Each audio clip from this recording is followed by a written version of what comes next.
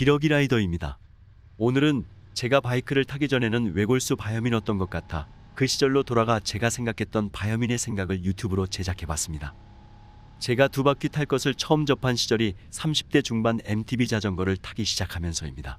대학 시절 125cc 바이크를 호기심에 잠시 탔었는데 이건 생략하고 본격적으로 MTB 자전거를 10년 정도 타면서 사륜차와 도로를 공유하게 되었습니다.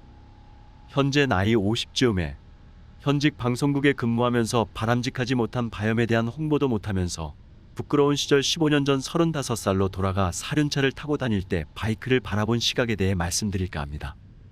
첫 번째로 수입 바이크를 타는 것에 대한 바이옴입니다. 15년 전에는 우리나라에서도 대리몬다, 효성스즈키 기업에서 나름 탈만한 바이크들이 많았던 것 같습니다.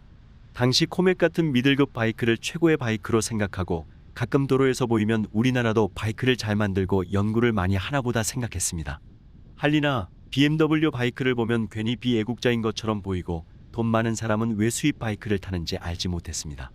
자동차는 경제력 되면 수입차를 타면서 왜 수입 바이크를 타면 안 되는지 이런 2차원적인 생각도 했었습니다.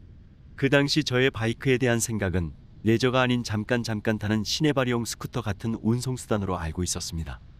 두 번째로 바이크는 시내발이용, 배달 용도로 사용하는 운송수단이라는 고정관념입니다. 결혼하고 자동차로 외곽지역으로 자주 여행을 다녔는데 한산한 국도에 바이크가 보이면 왜 위험하게 바람 맞아 가면서 바이크를 탈까 생각을 했습니다. 사고 나면 어쩌려고 하면서 괜히 위하는 척 걱정도 해주곤 했습니다. 바이크는 배달할 때 쓰는 하찮은 교통수단이라고 생각했으며 그 당시에는 가끔 인도로 다녀도 안전해 보였고 최고속도 70km의 정도 나올라나 생각하며 무시했었습니다. 바이크는 도로에 나오면 자동차의 민폐라고 생각했었습니다. 세 번째로 여성 라이더에 대한 편견입니다. 시내발이용으로 잠깐 타는 여성 라이더는 검소해 보이고 아직 자동차 운전이 미숙하니까 스쿠터를 타고 다니나 보다 생각하며 좋은 이미지를 가지고 있었습니다.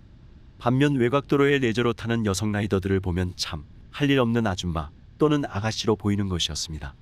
왜 그렇게 생각했을까요? 그냥 괜히 미워 보였습니다. 지금 생각하니 이유는 솔직히 내가 못하니깐 못 타봤으니까 괜한 질투심 같은 바이옴이었던 것 같습니다. 솔직히 여성 라이더에 대한 부러움이 시기 질투심으로 바이옴인으로 변해버린 것입니다. 지금 생각해보면 저라는 인간도 별 수 없는 얄팍한 자존심의 방어막을 두르고 살았던 불쌍한 인간이라는 생각이 들어 괜히 미안한 마음이 듭니다.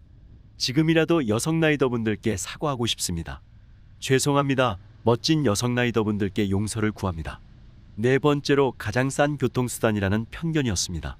솔직히 바이크는 고급차를 못하니까 수입차 바이크로 위안으로 삼고 있구나 생각했었습니다. 그 당시 바이크 가격이 스쿠터는 200만원, 미들급은 500에서 600만원, 할리는 비싸봐야 3천만원 정도 하겠지 생각했습니다. 속도감에 목말라 하는 20대 젊은 친구들이 고급차는 못 사고 어설픈 미들급 수입 바이크로 속도감을 즐기는구나 생각하며 미련한 오류를 범했었습니다.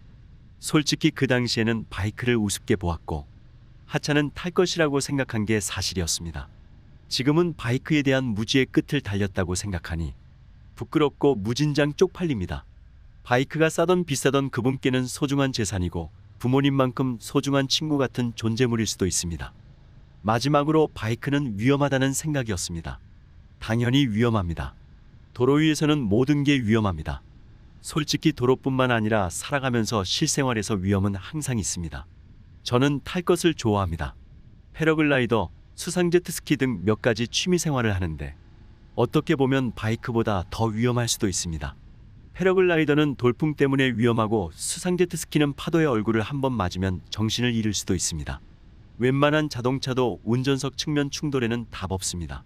바이크도 보호장비 다 착용하고 과속하지 않고 신호, 차선, 방어운전 잘하면 안전합니다. 50km 정도의 홀로 슬라이드 사고는 보호장비로 피해를 최소화할 수 있습니다.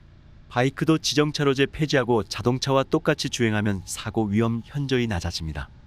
과속 단속, 바이크 전면 번호판 달지 말고 과속 단속 카메라 업그레이드하면 과속, 신호 위반 많이 줄어듭니다.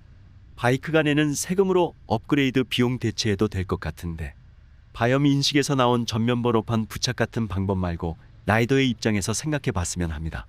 결론은 바이크에 관심이 없으면 바이크를 타보지 않으면 절대 생각이 바뀔 수 없다는 겁니다. 저 또한 그랬으니까요. 무관심을 넘어 무식은 병입니다. 바이크에 대한 좋은 뉴스, 나쁜 뉴스의 댓글을 보면 뉴스 내용에는 관련 없는 바이옴 댓글에 대한 댓글. 부끄러운 줄 아셔야 합니다. 당신의 아들, 딸들이 바이크를 탈 수 있습니다. 저처럼 언젠간 바이크를 탈 수도 있으며 지금 당신이 달고 있는 바이옴 댓글이 당신의 족쇄가 될 수 있습니다. 평생 후회할 수도 있습니다. 오늘은 여기까지입니다. 감사합니다.